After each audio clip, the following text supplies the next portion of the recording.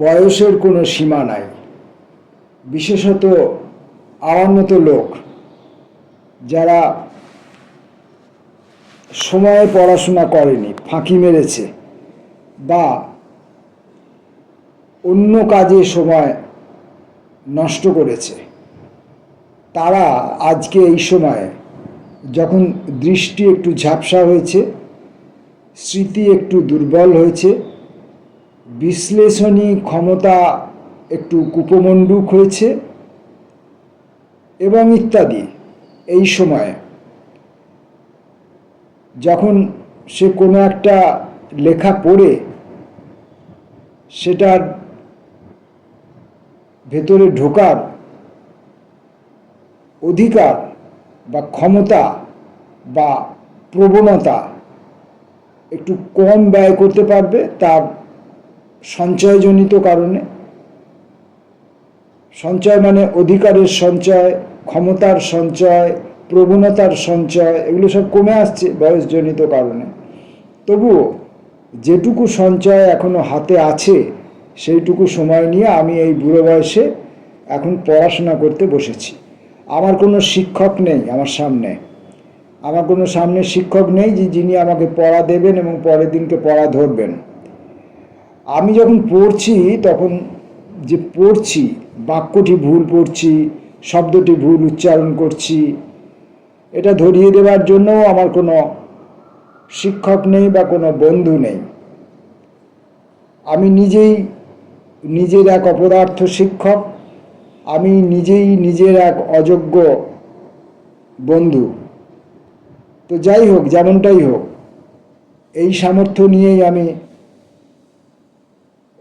পড়াশোনায় মন দিতে চাইছি, যতটুকু মন আছে আর কি, সেটাও সঞ্চয়ে খুব কম। তো আমরা আনন্দমঠ পড়ছি, বঙ্কিমচন্দ্র চট্টোপাধ্যায়ের আনন্দমঠ পড়ছি। প্রশ্ন উঠতে পারে হয়তো কারো কারো মনে যে আমরা এই সময় আনন্দমঠ কেন পড়ছি, হঠাৎ নতুন করে আনন্দমঠ কেন পড়ছি। এই উত্তর আমরা পাঠের পূর্বেও দিয়েছি। বইটি পড়া শুরু যেদিন থেকে করেছি সেদিন থেকে আমরা উত্তরটা দিয়েছি যে অকস্মাৎ এই বইটি হাতের কাছে এসে পড়ে। আমি যখন স্কুল জীবনে পড়ি, ক্লাস 7, 8 বা 9 ঠিক মনে করতে পারি না, সেই সময় স্কুল জীবনে আমাদের গ্রামের যে লাইব্রেরি ছিল, ছোট লাইব্রেরি, সেখান থেকে বিভিন্ন রকমের বই এনে আমরা পড়তাম। তো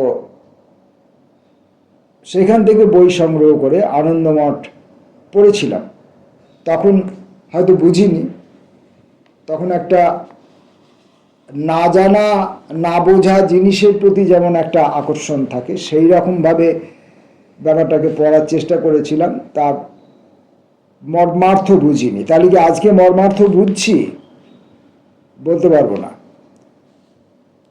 তো যাই হোক, হঠাৎ করে এই বইটি আমার হাতের কাছে এসে পড়ে। আমার জ্যেষ্ঠ ভাই, আমার দাদা, তার সংগ্রহে এই বইটি, নতুন এই বইটি এসেছে। আগেই বলেছি, এটা লতিকা, নিউ লতিকা প্রকাশনী থেকে এই বইটি প্রকাশিত হয়েছে এবং এই বইটির মুদ্রণ কাল হচ্ছে, প্রথম মুদ্রণ হচ্ছে 2019 এবং যে বইটা আমি পড়ছি এটির মুদ্রণ হচ্ছে সেপ্টেম্বর 2023। পুরনো মুদ্রণের বই আমার কাছে নেই, বা কাছাকাছি কারো সংগ্রহে আছে কিনা আমি জানি না। তো সেই কারণে আমি এই বইটা পড়ছি। এবার বইটা পড়ছি, তার কারণ বা অকারণ কোনোটাই এখন আমি বলতে চাইছি না বা বলবার প্রয়োজন বোধ করছি না। আজকে পড়ব দ্বাদশ পরিচ্ছেদ। অনেক দুঃখের পর মহেন্দ্র আর কল্যাণীতে সাক্ষাৎ হইল। কল্যাণী কাঁদিয়া লুটাইয়া পড়িল, মহেন্দ্র আরও কাঁদিল। কাঁদা কাটার পর চোখ মুছার ধুম পড়িয়া গেল। যতবার চোখ মুছা যায় আবার জল পড়ে। জল পড়া বন্ধ করিবার জন্য কল্যাণী খাবার কথা পারিল। ব্রহ্মচারীর অনুচর যে খাবার রাখিয়া গিয়াছে কল্যাণী মহেন্দ্রকে তাহা খাইতে বলিল। দুর্ভিক্ষের দিন অন্ন ব্যঞ্জন পাইবার কোনো সম্ভাবনা নাই, কিন্তু দেশে যাহা আছে সন্তানের কাছে তাহা সুলভ। সেই কানন সাধারণ মনুষ্যের অগম্য। যেখানে যে গাছে যে ফল হয় উপবাসী মনুষ্যগণ তাহা পাড়িয়া খায়, কিন্তু এই অগম্য অরণ্যের গাছের ফল আর কেহ পায় না। এই জন্য ব্রহ্মচারীর অনুচর বহুতর বন্য ফল ও কিছু দুগ্ধ আনিয়া রাখিয়া যাইতে পারিয়াছিল।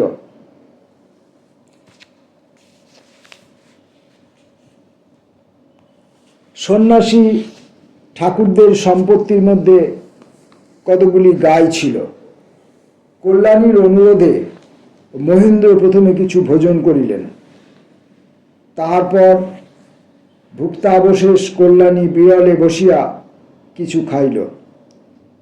দুগ্ধ কন্যাকে কিছু খাওয়াইল, কিছু সঞ্চিত করিয়া রাখিল, আবার খাওয়াইবে। তারপর নিদ্রায় উভয়ে পীড়িত হইলে উভয়ে শ্রম দূর করিলেন। পরে নিদ্রাভঙ্গের পর উভয়ে আলোচনা করিতে লাগিলেন, এখন কোথায় যাই। কল্যাণী বলিল, বাড়িতে বিপদ বিবেচনা করিয়া গৃহত্যাগ করিয়া আসিয়াছিলাম, এখন দেখিতেছি বাড়ির অপেক্ষা বাহিরে বিপদ অধিক। তবে চলো বাড়িতেই ফিরিয়া যাই। মহেন্দ্ররও তাহা অভিমত। মহেন্দ্রর ইচ্ছা কল্যাণীকে গৃহে রাখিয়া কোনো প্রকারে একজন অভিভাবক নিযুক্ত করিয়া দিয়া এই পরম রমণীয় অপার্থিব পবিত্রতাযুক্ত মাতৃসেবাব্রত গ্রহণ করেন। অতএব তিনি সহজেই সম্মত হইলেন। তখন দুইজন গত ক্লম হইয়া, আমি ঠিক শব্দটির অর্থ জানি না, গত ক্লম জানি না, কন্যা কোলে তুলিয়া পদচিহ্নাভিমুখে যাত্রা করিলেন। আমার মনে হয় এটা ছাপার ভুল আছে। তখন দুইজন গত শ্রম হইয়া, মানে না, গত ক্লান্তি হইয়া হবে, গত ক্লান্তি, যে ক্লান্তি তাদের শরীরে ছিল আহার নিদ্রার পর সেই ক্লান্তি দূর হলো। তারপর তারা কন্যাকে তুলে পদচিহ্নাভিমুখে যাত্রা করিলেন, এটাই হবে বলে আমার মনে হয়। কিন্তু পদচিহ্নাভিমুখে মানে এখানে কিন্তু তারা যে পথে এসেছিলেন সেই পথের পায়ের চিহ্ন অভিমুখে তা নয়, কিন্তু তাদের গ্রামটির নাম পদচিহ্ন। এটি ভুলে গেলে চলবে না, ভারী সুন্দর নাম, একটি গ্রামের নাম পদচিহ্ন। কিন্তু পদচিহ্নে কোন পথে যাইতে হইবে এবার কিন্তু আর পদচিহ্ন পাওয়া যাচ্ছে না, মানে পদচিহ্নে যাইবার জন্য যে পদচিহ্ন তাহা আর খুঁজিয়া পাওয়া যাইতেছে না। তাহলে বোঝা যাইতেছে যে পদচিহ্ন সেই গ্রামটির নাম। সেই দুর্বেদ্য অরণ্যানি মধ্যে কিছুই স্থির করিতে পারিলেন না। তারা বিবেচনা করিয়াছিলেন যে বন হইতে বাহির হইতে পারিলেই পথ পাইবেন, কিন্তু বন হইতে তো বাহির হইবার পথ পাওয়া যায় না। অনেকক্ষণ বনের ভেতর ঘুরিতে লাগিলেন।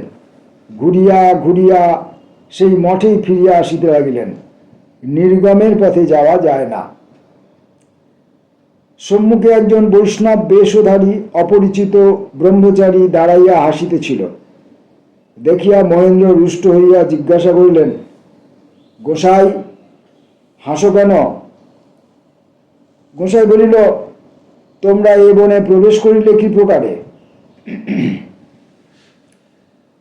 যে প্রকারেই হোক প্রবেশ করিয়াছি।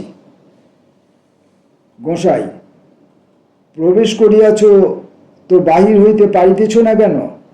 এই বলিয়া বৈষ্ণব আবার হাসিতে লাগিল। রুষ্ট হইয়া মহেন্দ্র বলিলেন, তুমি হাসিতেছ? তুমি বাহির হইতে পারো? বৈষ্ণব বলিল, আমার সঙ্গে আইসো, আমি পথ দেখাইয়া দিতেছি।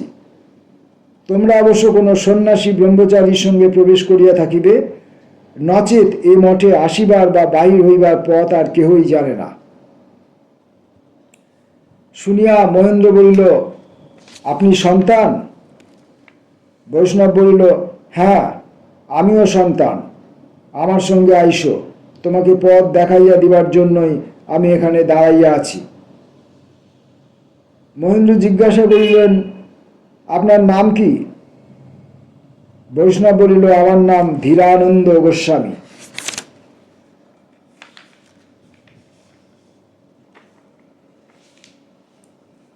এই বলিয়া ধীরানন্দ অগ্রে অগ্রে চলিল, মহেন্দ্র কল্যাণী পশ্চাৎ পশ্চাৎ চলিলেন।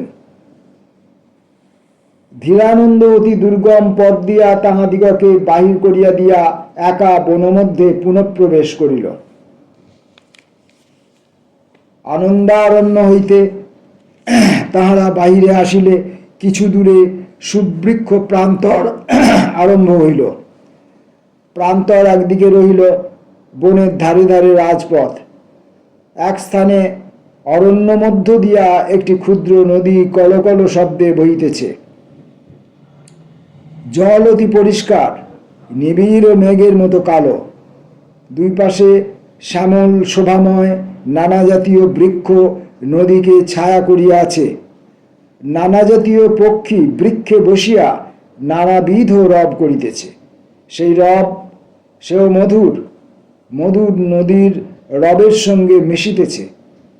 তেমনি করিয়া বৃক্ষের ছায়া আর জলের বর্ণ মিশিয়াছে। কল্যাণীর মনও বুঝি সেই ছায়ার সঙ্গে মিশিল। কল্যাণী নদী তীরে এক বৃক্ষমূলে বসিলেন, স্বামীকে নিকটে বসিতে বলিলেন। স্বামী বসিলেন। কল্যাণী স্বামীর কোল হইতে কন্যাকে কোলে লইলেন।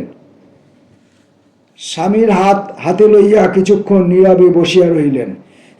পরে জিজ্ঞাসা করিলেন, তোমাকে আজি বড় বিমর্ষ দেখিতেছি। বিপদ যাহা তাহা হইতে উদ্ধার পাইয়াছি, এখন এত বিষাদ কেন?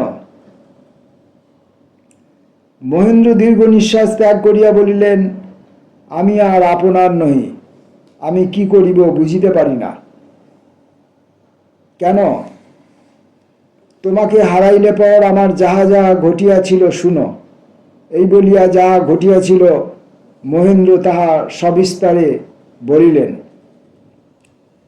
কল্যাণী বলিলেন, আমারও অনেক কষ্ট, অনেক বিপদ গিয়াছে, তুমি শুনিয়া কি করিবে?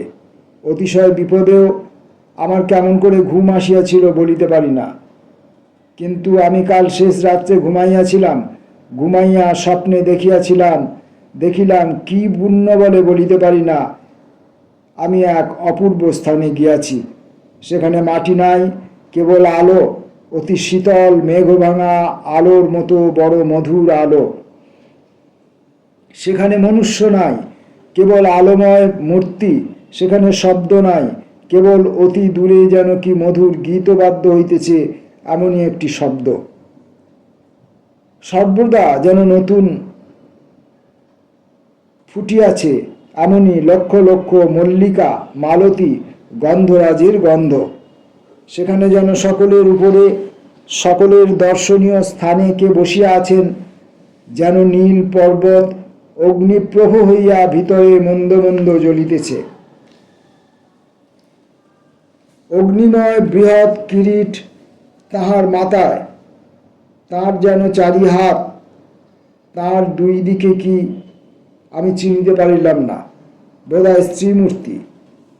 কিন্তু এত রূপ, এত জ্যোতি, এত সৌরভ যে আমি সেদিকে চাহিলেই বিহ্বল হইতে লাগিলাম। চাহিতে পারিলাম না, দেখিতে পারিলাম না যে কে।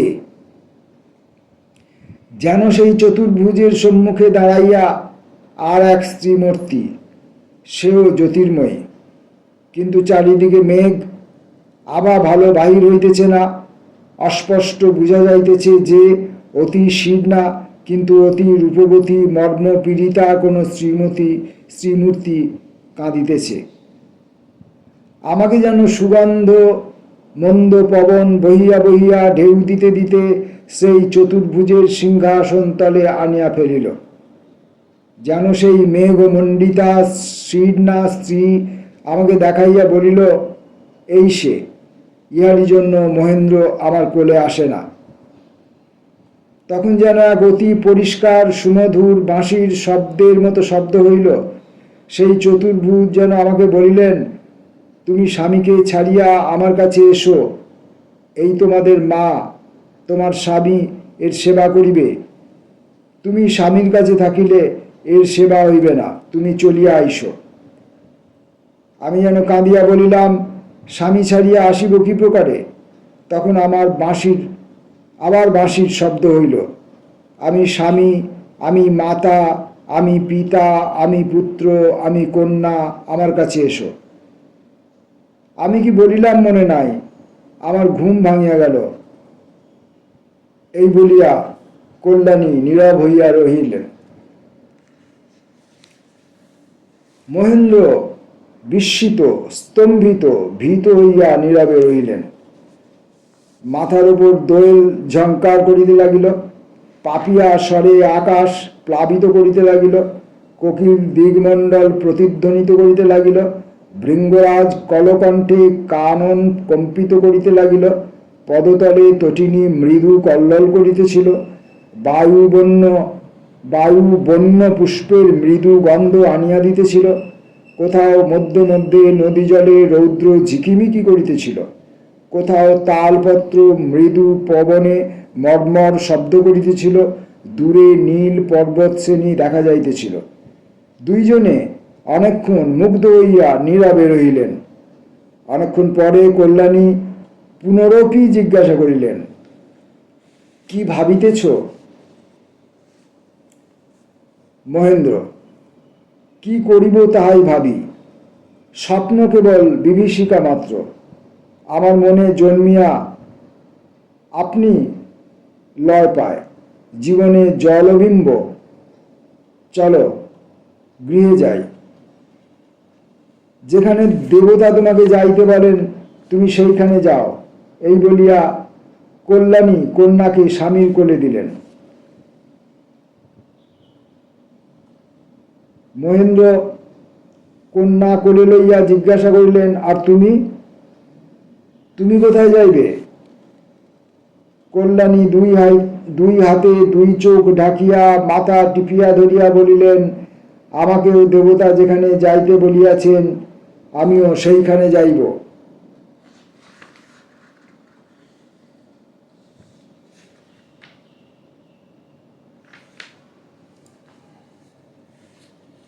মহেন্দ্র চমকিয়া উঠিলেন, বলিলেন, সে কোথা, কি প্রকারে যাইবে? কল্যাণী বিষের কৌটা দেখাইলেন। মহেন্দ্র বিস্মিত হইয়া বলিলেন, সে কি, বিষ খাইবে? খাইব মনে করিয়াছিলাম, কিন্তু। কল্যাণী নীরব হইয়া ভাবিতে লাগিলেন। মহেন্দ্র তাহার মুখ চাহিয়া রহিলেন। প্রতি পলকে বৎসর বোধ হইতে লাগিল। কল্যাণী আর শেষ করিলেন না দেখিয়া মহেন্দ্র জিজ্ঞাসা করিলেন, কিন্তু কিন্তু বলিয়া কি বলিতেছিলে? খাইব মনে করিয়াছিলাম, কিন্তু তোমাকে রাখিয়া, সুকুমারীকে রাখিয়া বৈকুণ্ঠও আমার যাইতে ইচ্ছা করে না। আমি মরিব না। এই কথা বলিয়া কল্যাণী বিষের কৌটা মাটিতে রাখিলেন। তখন দুইজনে ভূত ও ভবিষ্যৎ সম্বন্ধে কথোপকথন করিতে লাগিলেন। কথায় কথায় উভয়েই অন্যমনস্ক হইলেন। এই অবকাশে মেয়েটি খেলা করিতে করিতে বিষের কৌটা তুলিয়া লইল। কেহই তাহা দেখিলেন না। সুকুমারী মনে করিল এটি বেশ খেলিবার জিনিস। কৌটাটি একবার বাঁ হাতে ধরিয়া দাহিন হাতে বেশ করিয়া তাহাকে চাপড়াইল। দক্ষিণ হাতে আর কি, দাহিন হাতে। তারপর দুই হাতে ধরিয়া টানাটানি করিল। সুতরাং কৌটাটি খুলিয়া গেল, বড়িটি পড়িয়া গেল। বাপের কাপড়ের উপর ছোট গুলিটি পড়িয়া গেল। সুকুমারী তাহা দেখিল, মনে করিল এও আর একটা খেলিবার জিনিস। কৌটা ফেলিয়া দিয়া থাবা মারিয়া বড়িটি তুলিয়া লইল। কৌটাটি সুকুমারী কেন গালে দেয় নাই বলিতে পারি না, কিন্তু বাড়িটি সম্বন্ধে কাল বিলম্ব হইল না, বড়িটি সম্বন্ধে কাল বিলম্ব হইল না। কৌটাটি সুকুমারী কেন গালে দেয় নাই বলিতে পারি না, মানে মুখে দেয়নি, কিন্তু বড়িটি সম্বন্ধে কাল বিলম্ব হইল না। প্রাপ্তি মাত্রেন ভোক্তব্য। সুকুমারী বড়িটি মুখে পুরিল, সেই সময় তাহার উপর মার নজর পড়িল। কি খাইল, কি খাইল? সর্বনাশ! কল্যাণী ইহা বলিয়া কন্যার মুখের ভেতর আঙুল পুরিলেন। তখন উভয়ই দেখিলেন যে বিষের কৌটা খালি পড়িয়া আছে। সুকুমারী তখন আর একটা খেলা পাইয়াছি মনে করিয়া দাঁত চাপিয়া সবে গুটিগতক দাঁত উঠিয়াছে, মার মুখপানে চাহিয়া হাসিতে লাগিল। ইতিমধ্যে বোধহয় 20 বড়ির স্বাদ মুখে কদর্য লাগিয়াছিল, কেননা কিছু পরে মেয়ে আপনি দাঁত ছাড়িয়া দিল। কল্যাণী বড়ি বাহির করিয়া ফেলিয়া দিলেন। মেয়ে কাঁদিতে লাগিল। বটিকা মাটিতে পড়িয়া রহিল। কল্যাণী নদী হইতে আঁচল ভিজাইয়া জল আনিয়া মেয়ের মুখে দিলেন। অতি সকাতরে মহেন্দ্রকে জিজ্ঞাসা করিলেন, একটু কি পেটে গেছে? মন্দটাই আগে বাপ মার মনে আসে। যেখানে অধিক ভালোবাসা সেখানে ভয়ই অধিক প্রবল। মহেন্দ্র কখনো দেখেন নাই যে বড়িটা আগে কত বড় ছিল। এখন বড়িটা হাতে লইয়া অনেকক্ষণ ধরিয়া নিরীক্ষণ করিয়া দেখিলেন বোধহয় অনেকটা খাইয়াছে। কল্যাণীরও কাজেই সেই বিশ্বাস হইল। অনেকক্ষণ ধরিয়া তিনিও বড়ি হাতে লইয়া নিরীক্ষণ করিলেন। এদিকে মেয়ে যে 2-1 ঢোক গিলিয়াছিল তাহারই গুণে কিছু বিকৃতাবস্থা প্রাপ্ত হইল। কিছু ছটফট করিতে লাগিল, কাঁদিতে লাগিল, শেষ কিছু অবসন্ন হইয়া পড়িল। তখন কল্যাণী স্বামীকে বলিলেন, আর দেখো কি, যে পথে দেবতায় ডাকিয়াছে সেই পথে সুকুমারী চলিল, আমাকেও যাইতে হইবে। এই বলিয়া কল্যাণী বিষের বড়ি মুখে ফেলিয়া দিয়া মুহূর্তে মধ্যে গিলিয়া ফেলিলেন। মহেন্দ্র রোদন করিয়া বলিলেন, কি করিলে কল্যাণী, ও কি করিলে? কল্যাণী কিছু উত্তর না করিয়া স্বামীর পদধূলি মস্তকে গ্রহণ করিলেন। বলিলেন, প্রভু, কথা কহিলে কথা বাড়িবে, আমি চলিলাম। কল্যাণী, কি করিলে বলিয়া মহেন্দ্র চিৎকার করিয়া কাঁদিতে লাগিলেন। অতি মৃদুস্বরে কল্যাণী বলিতে লাগিলেন, আমি ভালোই করিয়াছি। ছাড় স্ত্রীলোকের জন্য, পাছে তুমি দেবতার কাজে অযত্ন করো। দেখো, আমি দেব বাক্য লঙ্ঘন করিতেছিলাম, তাই আমার মেয়ে গেল, আর অবহেলা করিলে পাছে তুমি যাও। মহেন্দ্র কাঁদিয়া বলিলেন, তোমায় কোথাও রাখিয়া আসিতাম, আমাদের কাজ সিদ্ধ হইলে আবার তোমাকে লইয়া সুখী হইতাম। কল্যাণী, আমার সব, কেন তুমি এমন কাজ করিলে? যে হাতের জোরে আমি তরবারি ধরিতাম সেই হাতই তো কাটিলে, তুমি ছাড়া আমি কি? কল্যাণী, কোথায় আমায় লইয়া যাইতে? স্থান কোথায় আছে? মা, বাপ, বন্ধু বর্গ এই দারুণ দুঃসময়ে সকলই তো মরিয়াছে। কার ঘরে স্থান আছে? কোথায় যাইবার পথ আছে? কোথায় লইয়া যাইবে? আমি তোমার গলগ্রহ। আমি মরিলাম, ভালোই করিলাম।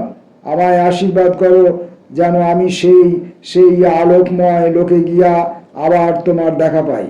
এই বলিয়া কল্যাণী আবার স্বামীর পদরেণু গ্রহণ করিয়া মাথায় দিলেন। মহেন্দ্র কোনো উত্তর না করিতে পারিয়া আবার কাঁদিতে লাগিলেন। কল্যাণী আবার বলিলেন, অতি মৃদু, অতি মধুর, অতি স্নেহময় কণ্ঠ।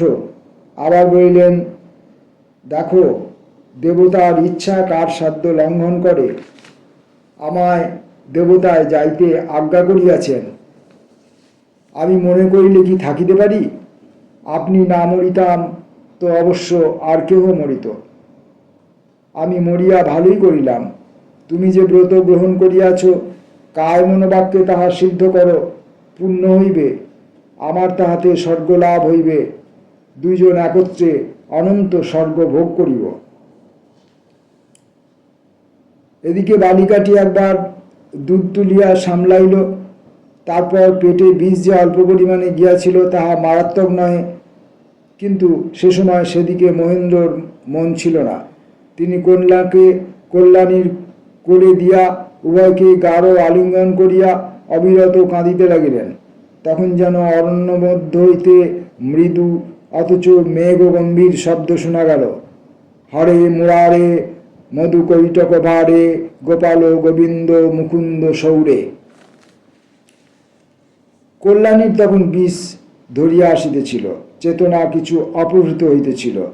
তিনি মোহভরে শুনিলেন যেন সেই বৈকুণ্ঠে শ্রুত অপূর্ব বংশী ধ্বনিতে বাজিতেছে, হরে মুরারে মধুকৈটক ভারে গোপাল গোবিন্দ মুকুন্দ সৌরে। তখন কল্যাণী অপ্সর নিন্দিত কণ্ঠে মোহভরে ডাকিতে লাগিলেন, হরে মুরারে মধুকৈটক ভারে। মহেন্দ্রকে বলিলেন, বলো, হরে মুরারে মধুকৈটক ভারে। কানন নির্গত, নির্গত নয়, কিন্তু এখানে নির্গিতই লেখা আছে, জানি না। মধুর স্বর আর কল্যাণীর মধুর স্বরে বিমুগ্ধ হইয়া কাতর চিত্তে ঈশ্বর মাত্র সহায় মনে করিয়া মহেন্দ্র ডাকিলেন, হরে মুরারে মধুকৈটক ভারে। তখন চারিদিক হইতে ধ্বনিত হইতে লাগিল, হরে মুরারে মধুকৈটক ভারে। তখন যেন গাছের পাখিরাও বলিতে লাগিল, হরে মুরারে মধুকৈটক ভারে। নদীর কলকলেও যেন শব্দ হইতে লাগিল, হরে মুরারে মধুকৈটক ভারে। তখন মহেন্দ্র শোকতাপ ভুলিয়া গেলেন, উন্মত্ত হইয়া কল্যাণের সহিত এক টানে ডাকিতে লাগিলেন, হরে মুরারে মধুকৈটক ভারে। কারণ হইতেও যেন তাহাদের সঙ্গে এক টানে শব্দ হইতে লাগিল, হরে মুরারে মধুকৈটক ভারে। কল্যাণীর কণ্ঠ ক্রমে ক্ষীণ হইয়া আসিতে লাগিল, তবু ডাকিতেছেন, হরে মুরারে মধুকৈটক ভারে। তখন ক্রমে ক্রমে কণ্ঠ নিস্তেজ হইল, কল্যাণীর মুখে আর শব্দ নাই, চক্ষু নিমিলিত হইল, অঙ্গ শীতল হইল। মহেন্দ্র বুঝিলেন যে কল্যাণী হরে মুরারে ডাকিতে ডাকিতে বৈকুণ্ঠ ধামে গমন করিয়াছেন। তখন পাগলের ন্যায় উচ্চ ঈশ্বরে কানন বিকম্পিত করিয়া পশুপক্ষী দিগকে চমকিত করিয়া মহেন্দ্র ডাকিতে লাগিলেন, হরে মুরারে মধুকৈটক ভারে। সেই সময় কে আসিয়া তাহাকে গাঢ় আলিঙ্গন করিয়া তাহার সঙ্গে তেমনি উচ্চস্বরে ডাকিতে লাগিল, হরে মুরারে মধুকৈটক ভারে। তখন সেই অনন্তের মহিমায়, সে অনন্ত অরণ্য মধ্যে অনন্ত পথগামিনীর শরীর সম্মুখে দুইজনে অনন্তের নাম গীত করিতে লাগিলেন। পশুপক্ষী নীরব, পৃথিবী অপূর্ব শোভাময়ী, এই চরম গীতির উপযুক্ত মন্দির সত্যানন্দ মহেন্দ্রকে কোলে লইয়া বসিলেন। তখন সেই অনন্তের মহিমায়, সেই অনন্ত অরণ্য মধ্যে অনন্ত পথগামিনীর শরীর সম্মুখে দুইজনে অনন্তের নাম গীত করিতে লাগিলেন। পশুপক্ষী নীরব, পৃথিবী অপূর্ব শোভাময়ী, এই চরম গীতির উপযুক্ত মন্দির। সত্যানন্দ মহেন্দ্রকে কোলে লইয়া বসিলেন।